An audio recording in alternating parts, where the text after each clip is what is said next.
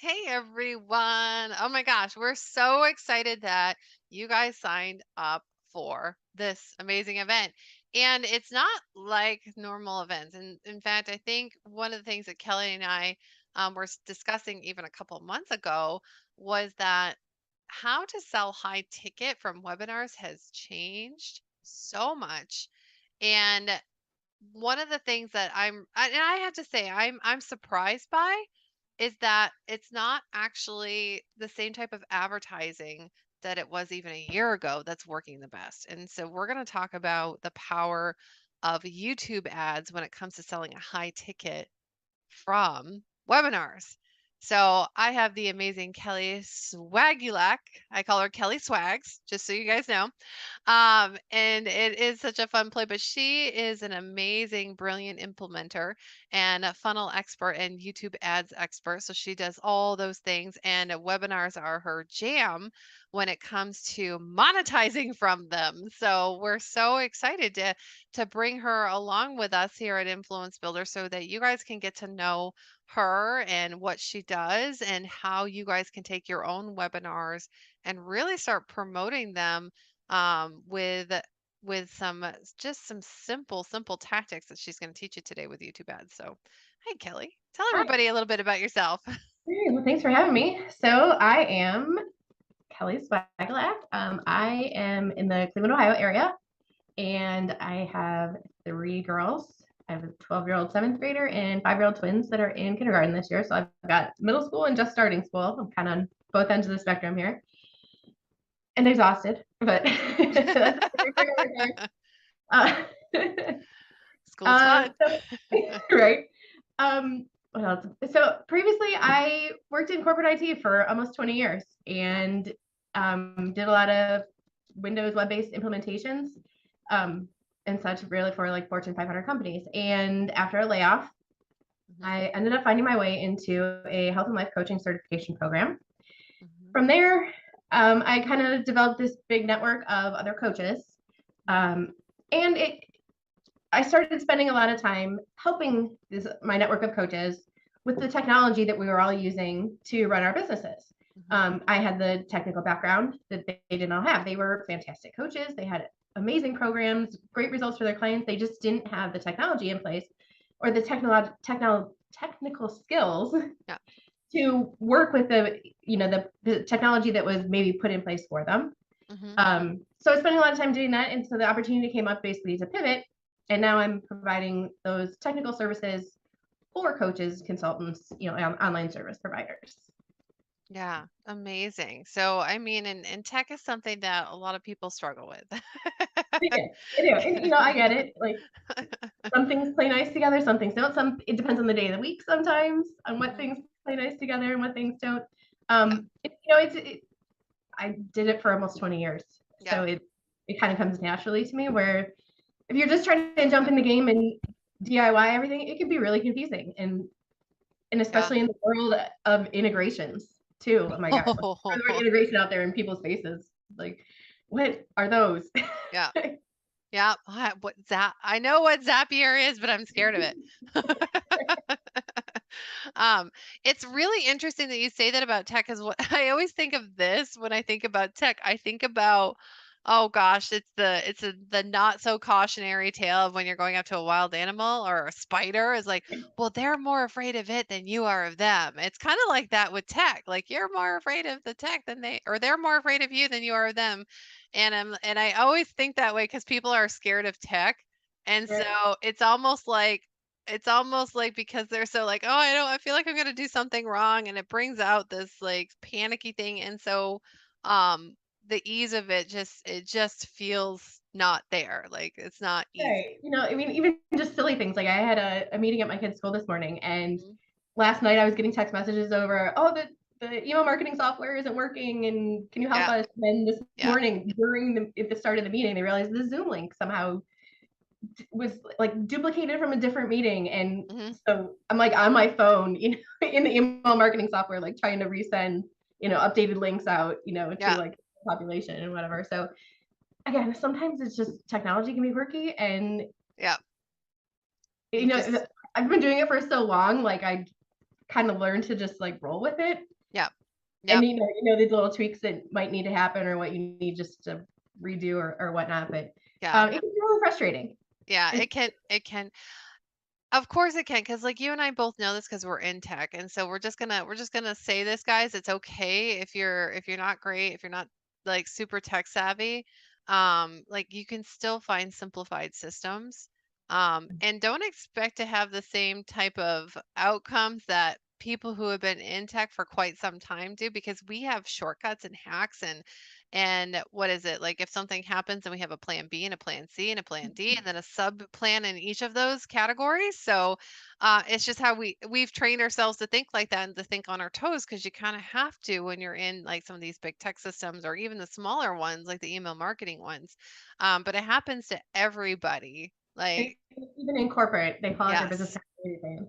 There's right, always exactly. disaster recovery and business continuity plans. Right, right. And so we're kind of in that right now. If you think about it with webinars, we're kind of in this disaster recovery plan, because guess what's not working as well as it used to? Advertising. And most people are advertising through Facebook and Instagram. And so they're finding that, and I just know so many professionals out there, they're finding that the ads are getting more and more expensive.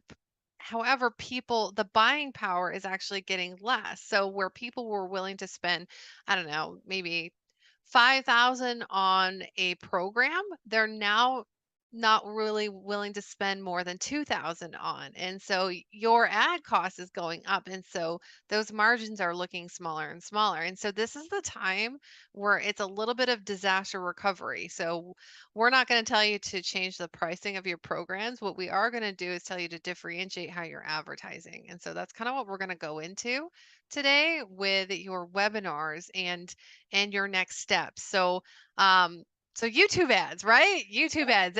Does anybody ever, I mean, when I think of a webinar, I don't necessarily go to, oh, I'm going to advertise it on YouTube, where my kids make me watch it all the time, all this slime stuff. So, but that's usually where my mind goes. So so I always get really excited about this possibility for people, because I wouldn't say it's a known one when it comes to webinar advertising. No, and it's kind of like the hidden gem here.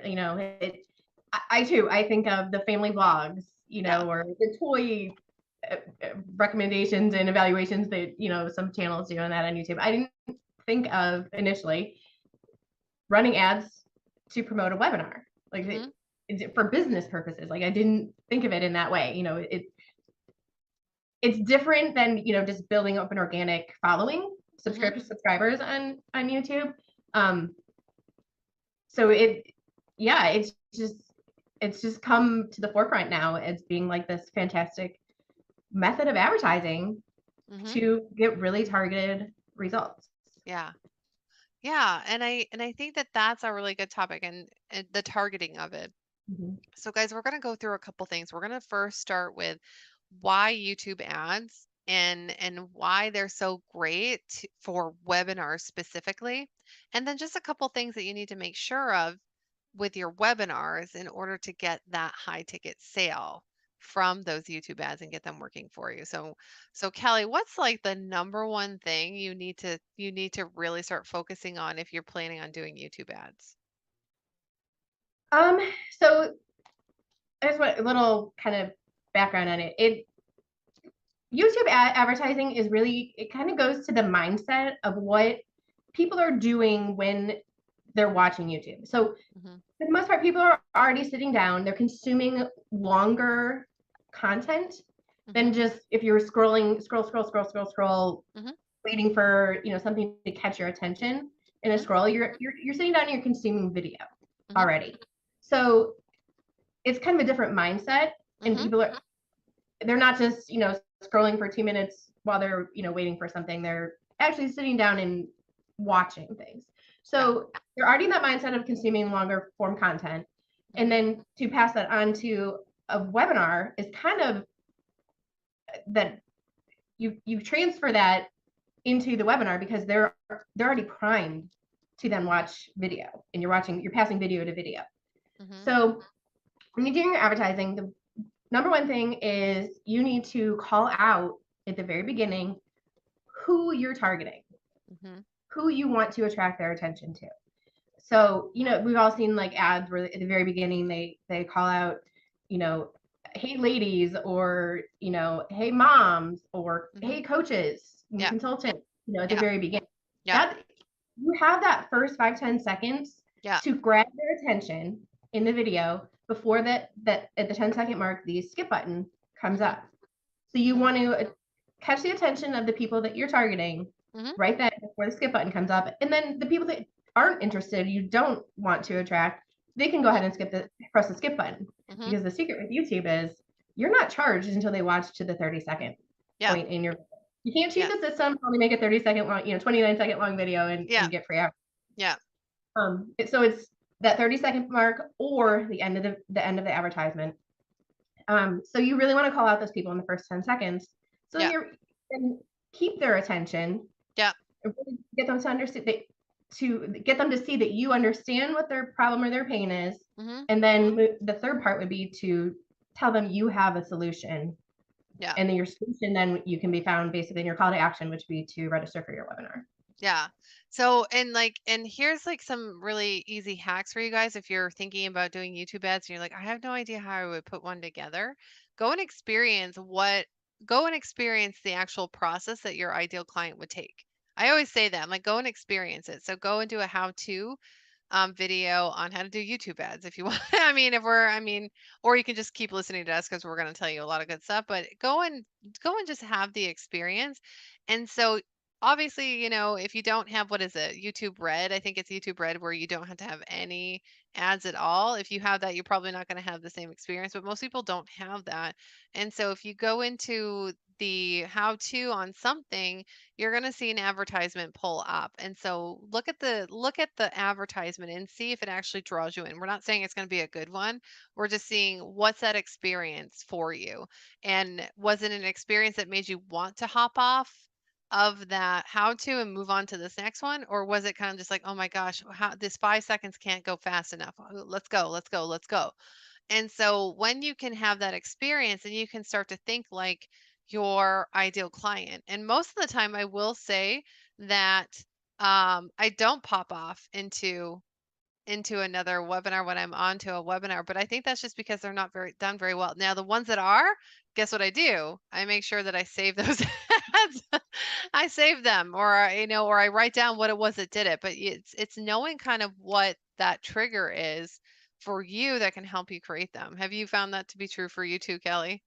Yeah, and I can think of there's one advertiser. I'm clearly their target, but they're not really structuring their ad in a way that catches my attention so that I understand who they're looking for and then what they want. Hmm. Every single time I log into YouTube, Every for time. whatever the purpose is, the same guy in the same ad pops up and he immediately just starts talking about his guide. And I'm like, I don't know what you're trying to promote to me with this Yeah. guide because Yeah. you clarify that up front. So, I mean, I'm skip like every time. Honestly, it is every time I log into YouTube. This Yeah. pops up. Yeah. So there's no teaser. There's no relatability either, is there? So there's no calling forward, which is call your people forward, and then here's the problem. Well, actually I think it's the relatability thing. Then here's the problem and here's the solution and here's your next step. So there's like that 5-step Right. piece, right? So, Absolutely. so what have you found to be like a really good example? So yeah, hey coaches is a good way to start off and pull them in. We'll just Mhm. use coaches because I know that we've got a lot of coaches that are watching this. And there's a lot of coaches that are coaches that coach coaches, or there's a lot of people that are targeting coaches. And so that can be something that really pulls a lot of people in. What's like the next thing, or what have you seen done really, really well?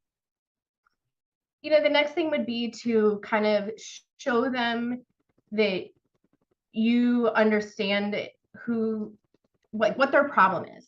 Yeah. Because the great thing about YouTube targeting that you Hmm. do, not just what we're talking about in the structure of the video, is that you can find the people, it's like intent and interest based targeting. So you can find people when they're looking for a solution. So Yeah. if somebody is searching for, over 40 weight loss solutions, or something, and they're watching videos on how to exercise to lose weight around your waist or something like Right. that. Like you can actually target those types of videos or keywords, those Yeah. types of things, so that people it pops up when they're looking for a Right. solution. So your Right. your ad pops up for like a health coaching program, for instance, Right. and you're providing a solution while they're looking for a solution. Yeah. And it's more narrowed. So I think to what you're saying is that you're going to find a lot of these how to, and just think of it as like a broad how to video, which is covering a a more like a global top of mind pain point, right? So and you actually help with that with the targeting, by the way, guys. She can help with that. And so it's a global top of mind pain point, which is I want to lose weight. And so, but what you're saying is like take it one step deeper towards your ideal client and say, hey, coaches, are you really frustrated with all those weight loss solutions for the gurus that just don't work if you're 40 or over? Right. Well, I To have, really like draw out yeah, exactly who you're targeting. So yeah, if it ends up being a woman in her 30s, she can just go ahead and click skip because you're yep, focusing on the over 40. yeah. Yeah. So this is going to require you guys to narrow that niche even more. And so, but this is how you can have a lot of success with it. And the way that webinars are being taught needs to change a little bit too, because the narrow, the deep, that's where there's a lot of success with these webinars and stuff. And so, look how narrow ours is. Webinars, selling webinars, selling high ticket with YouTube ads.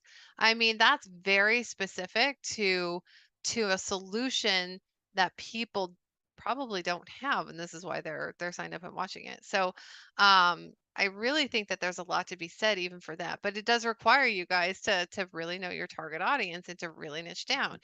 And I'm sure that there are ways that people say, but I don't know how to go that niche. Or what if I'm, for example, what if my ideal client's between 30 and 50? Well, there's a solution for that too, isn't there, Kelly? Yeah, I mean you can choose the demographic, like Yeah. the age range for it, but again, I mean Google Tag is basically your Facebook Pixel equivalent. It's gonna when you sign up for like a Gmail account, you already give Google all the information they need. Mhm. And I guess let me jump back for a second. Google owns YouTube. Yeah. So you have the power of Google search behind it. So all of our Gmail accounts that we've all created out there, they ask you for your birthday and for your gender and such. When Mhm. you open that account, they're Mhm. using that basically to data mine you. Yeah. So we've already given Google the information that they need. So then Yeah. you put it on YouTube, you select your Mhm. demographic for your age range, and they already know. Mhm. We've already given them the information. Yeah. Yeah. So you guys can see that, right? You can see that um the information's already there. And so and one of the other things is that you can target better. So you can target more. And here's the other thing, and this is why it's so great to have Kelly on our team, because with like a demographic piece, which is a target market, and I get it. A lot of people are probably like, oh, but my target market's a little bit older than just in their 40s. And we're just using it as an example, guys, but really, if you think about it, you can actually use different funnels and different pathways because you can do that targeting with your YouTube ads.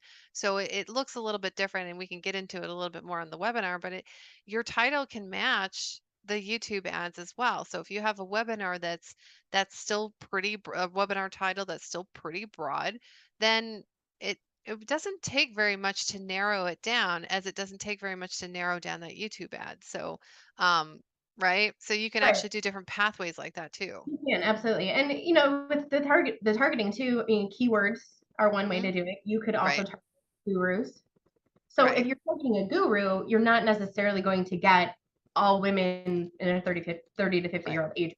You may Right. get some people who are outside of that range. They may, if you were say focused on like a specific autoimmune condition, Right. you may get some of those people within a weight loss Right. group or a guru, but they're more targeted to a specific area. So you you want to be able to have people that you're not trying to attract to hit that skip button Yep. because you want to focus your attention and your ads dollars then on the people who are a good match, who are your ICA, Yeah. and you want to click the next button to take that your call of action to watch your webinar then. Yeah.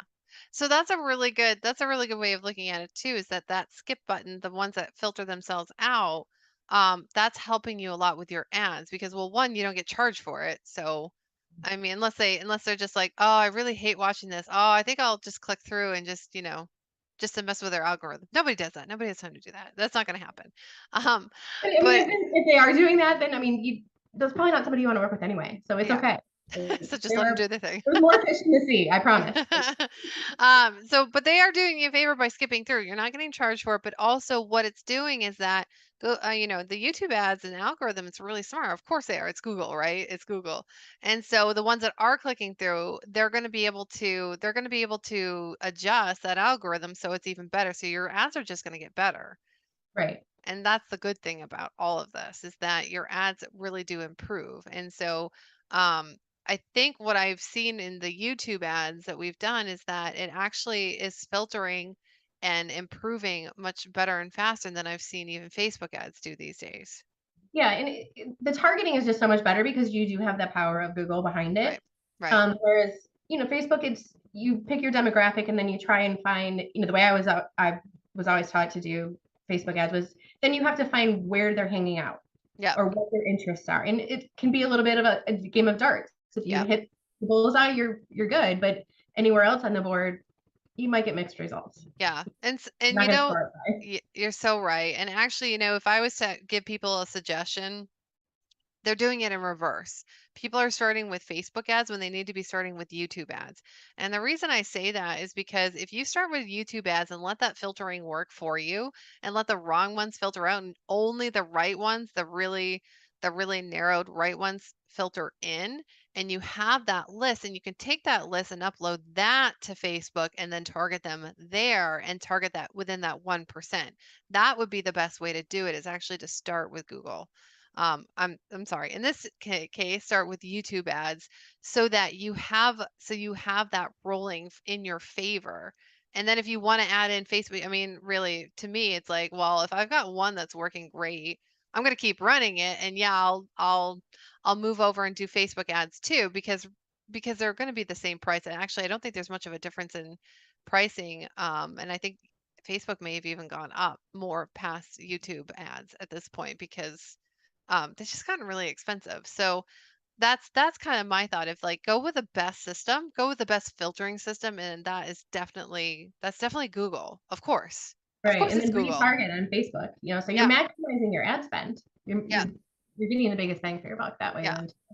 Yeah, and retargeting the ones that came in, and then also just I mean, I think even just having that list that you can upload because you can upload a custom list and having that and then searching within 1% because then you don't have to figure out all the Facebook filters and cross your fingers on that one because that's what it feels like. It feels like crossing your fingers and just hoping that, man, I hope I got it right because this is my only chance. Right, and I mean, I don't have the millions of dollars in ad spend to put out there to test it and to try and hit that bullseye, and Yep. so better targeting that you can do or retargeting in that aspect, the Yep. better off you're gonna be. Yep.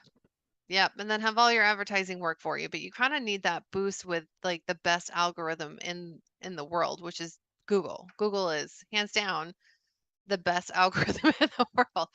Hopefully, Zuck's not listening because he could probably argue that point, but I mean, that's what Google's made for. That's what it's made for, and so we just if we're in the coaching industry, sometimes we don't appreciate that as much because we are on Facebook, and if you do run ads on Facebook, then it's hard to appreciate that too. But from that standpoint, it's really important too. All right, so we've given you guys some really good reasons and some ideas of how to get the YouTube ad going. So the next step is to move people into a webinar. So if we've done our job, we've disrupted the pattern of them going and watching that how-to video and they're over on ours now and they've forgotten already about the other guys. So so that process when they're over onto the webinar page, what does that need to look like? So things have changed. Webinars have kind of gotten this reputation recently that they don't work anymore. Hmm. Well, if you think about it, they do. It's just the big names like if you're in digital marketing, like the Neil Patels and the Russell Brunsons, they run them all the time. If Hmm. you're, like life coaches, if you're, Tony Robbins or Dean Grazioso, they run them all the time. The webinars still work, but they're different than what Yep. they were Yep. pre-COVID, Yep. really. People have a much shorter attention span. than Mhm. what they used to have. So no more than like 90-minute to 3 hour, long webinars. Yeah.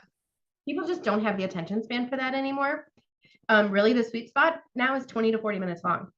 Yep. So you really need to focus on the wow and not the how. The how is going to be buying your program. So you focus on the wow, how great your program is, like what you know the results people have gotten in it, what you can do for them, that you really understand what their problem is and that you have the solution for them that they've been looking for Mhm. in that webinar. Yeah. So focus on the wow, save the how for in your program. You don't want to teach them too much so that they walk away feeling like, wow, okay, that was a lot of Right. really great information. I think I can do this on my own, because they're not going to take that next step. Right. Either buy your program or book a call with you, or whatever it is. Right. Right. And that's what they absolutely need that because I mean and and I don't know how many people can relate to this. I know you can relate to it, but sometimes I give so much with the idea that I'm like, yeah, but there's a lot more to it, but then I don't explain how much more there is to it. And so if you're not doing that piece either, um then they're going to think it's easy and then they're going to fail anyway because Right. there's always more to it. So I think to add on top of what you're talking about, it's also important to do them the service of giving them what they can actually move forward if they decide to move forward, or at least educate them in what they don't know. Right. Right. Right. And then again, your high ticket program, so your over $2,000 Mhm. per program, those are more high touch. They're going to Yep. require more touch points Yep. than a lower price program would be, because people aren't just going to jump in and spend a few $1,000s on Yep. something when just their first introduction to you was this webinar. Mhm. And so some people, they may be a yes, it's just not yet. Yep. So they want to be able to talk to you, so you can direct them to a phone call Mhm. instead of trying to sell them something on the webinar. You Yep. can nurture them down different paths depending on what actions they took and what their interests are, like how they came to you. There's various ways that you can do it. To Mhm. nurture them after the fact, you can send them to social media. You can send them to blogs. Different ways for them to get to know you better and Mhm. understand like what it would be like to work with you Mhm. beyond just what they were introduced to on the webinar. So it's like a starting point for the relationship too. Mhm. But Mhm. the majority of people aren't going to say yes Right. on a webinar with that's their only exposure to for high ticket, Right. because it's a lot of money to invest with somebody that you just found out about too. Yeah, it is, and so that's the other piece that I love that you're bringing up. It's cold traffic.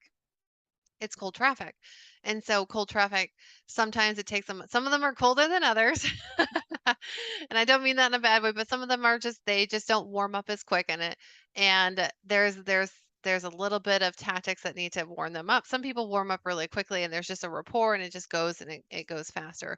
Either way you're looking at it, it is a big ask to have somebody spend 4,000 or 2,000 or more on a webinar when they're just getting to know you, especially if you're not a big name. Now, it's one thing to be like the Tony Robbins and the Russell Brunsons of the world, or even the Amy Porterfields. And we're in the coaching industry, so we're going to use those terms. And people know of them, and people who know of them also tell their friends who then know of them. So people are already coming into those webinars pre-warmed. Right. They And have influence already. That people right, aren't aware of them. They've probably seen some of their content right, or been to, some of their free recording, something that right, they've seen of them before. So right. they're not cold. They're not cold. And so it's different though for other coaches, consultants who maybe don't have that, or maybe they're trying to test out a new industry. Maybe they have the influence, they're trying to test out a new industry and see if that works. It's still a cold audience. So you have, and that's actually really smart. You should differentiate your industries if you have a program that can help you do that. And I know with us in digital marketing, we have all these different industries that we can serve because the baseline foundations of digital marketing are pretty global. And so, anybody who's watching this that has an agency or anything, this is actually a really good idea for you too. But also to think about it as they're coming in from a new industry where maybe I'm not known, but I know that they're going to really need this product. This product's going to work for them, or this program's going to work for them, but they're still cold. So we got to warm them up. We don't want to. we don't want to, put the heat on and keep it on for 3 hours either, uh, with a 3 hour webinar. So just a little bit, and then a little bit more, and a little bit more. So based on that, I mean, we could go into the webinars and talk more about that, but we want to keep it within 40 minutes here. Like you said, like 20 to 40 minutes. And so here's the other thing. After the webinar comes the high ticket thing. But on the webinar, we really do need to seed that. So, and we need to move them into a next step. So, what are your recommendations to go from webinar to potential buyer for a high ticket? So my recommendation would be to actually have them fill out an application for that Yeah, call. yeah, You want to be able to filter the people you're getting on the phone with. You want the most interested and ready people now to book that call with you. yeah. So you kind of put up a gatekeeper, and the people that are willing to spend 5 minutes to fill out that application Hmm. are that's another touch point. Like they're the most interested. The people who get to it and they're like, I don't want to waste my time Hmm. filling out the application, they're not as interested. Hmm. So it's a little bit of gatekeeper, but it's also qualifying the people. So then you can look at their applications and decide if this is somebody that I want to have a call with. Right. Are they ready? Are they a good match for what I'm offering Hmm. before you send them the link to book a call with you? Yeah. Yeah. See, that's such a good example. And I know, um, people have been hearing about application funnels for quite some time, especially if they follow Russell Brunson. He's got all the funnels. But this is a really good segue into like the ads to the webinars to the next step into high ticket. And so the application funnel is so important for one to know who's a hot, who's warmed up. I mean, maybe they're not hot, but they're hot. And so we can have an indicator of that when they sign up. They take that time to do that. And two, the application can act as your filtering too, where they may be really excited about what you're offering, but because you've lined up the questions the way you have, you can tell pretty quickly that they're not ready for this or they're not a fit for this. And so you can do things like you can do next steps with that application funnel when they do that as well, can't you? Yes. So I mean, then you have different paths you could take them on off of if you were to approve or decline them, and you're also maximizing your time then Yeah, too. There was nothing more frustrating to me as a coach getting on the phone with people who were really just looking for free information right. and were not in a place to invest in the program that I was offering. Yeah. And I love working with people, but it was really frustrating that if call after call is like that. So being able to qualify them a little bit more Mhm. than the kind of the filtering that you've done up to that point, but being able to qualify them even further before you get on the phone with them, Mhm.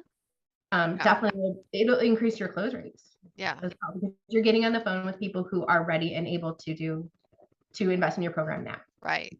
Right. And so guys, if you start thinking about this and having who does end up signing up for a call with you, then you have a better likelihood of that person coming right into a program. So it is so much better for your calendar. I will say it's better to have 5 sales calls that are highly targeted, and they've already gone through all the steps, and so they're pre-qualified, than to have 50 calls with people who you don't know. You don't know if they're pre-qualified and stuff. Trust me from experience, I will say. And and if you're selling into a high ticket, let's look at it this way. Let's look at it as 50 calls to sell people into a smaller ticket, like let's just say $500 for Massic, versus having 5 people that are on calls that are highly targeted to come in for a $10,000 program. So because they're highly targeted, depending on what your close rates are, which I would say I would wager go with 50% on this one. So let's just say the 5 will put it up to 3, 10,000, that's $30,000. And let's say to get those people it costs, I don't know, what, maybe $1,000 to get 30,000 out of that versus if you had 50 people come in who aren't highly targeted and you're going to sell them into a $500 product or program or what have you. But because they're not highly targeted, then guess what happens is that you actually don't have a great show rate for one. you're you're going to get ghosted. So you might as well take off the top a third of that. So, and I'm actually just going to I'm actually just going to do while I'm here. So you might as well take a third off of that. So that's going to leave you with 38 calls. And then you're going to find out that a large percentage of these guys are what I like to call the buying persona is a tire kicker. And so that tire kicker is going to be very prevalent. I would say it's definitely going to be more than 50%. And if they're not tire kickers, then they're the next buying persona, which is not ideal as well. And they're not ready to buy. But man, I would say I don't know which one I have found that takes up more of my time: the tire kickers or what I call like the quizzers, the ones that are quizzing you on all. They take up a lot of headspace, is what they do. So you're going to have a large percentage of them, and then you might as well take another. You might as well take another. I wouldn't even say 50%. I'd say probably geez, you probably get 40% of those people that would be maybe aligned. Maybe. I'm gonna give it a whirl. So we're gonna say 15. So out of those 50, you only had 38 show up, and then you only have 15 that actually could buy, and then you're selling into a $500 program, maybe, or you're gonna sell those guys into a $500 program, but not all of them are gonna grab it. So you've got a very small percentage of people. So you're looking at more like $3,000, maybe $4,000 for all that effort and all that time versus, and then versus what? Versus 30,000. So, like, look at that difference right there. 3,000 versus 30,000. And I know I'm throwing out some numbers here that they they they are pretty big, and well, one's really small, but this is the power of niching, of going narrow, of keeping your webinar short, of selling into high ticket using an application process. We're actually 10xing. The number is 10 times what it is otherwise. So I don't know. To me, I'd like a 10x return on my effort. I mean, we're not even talking about the time. We're not even talking about the time difference. The time for the high ticket with a highly targeted is way, way below. I mean, that's definitely more than 10x or less than 10x the time. But if you think about 50 sales calls versus five, they're the same amount of time.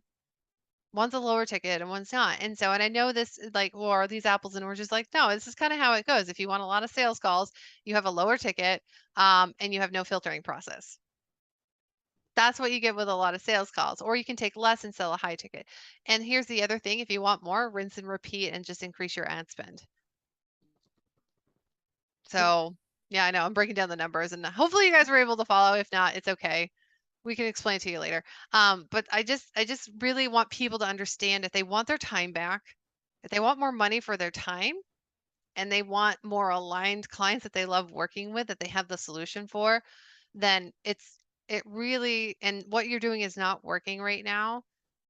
It's time to do something different. So I hope that helps.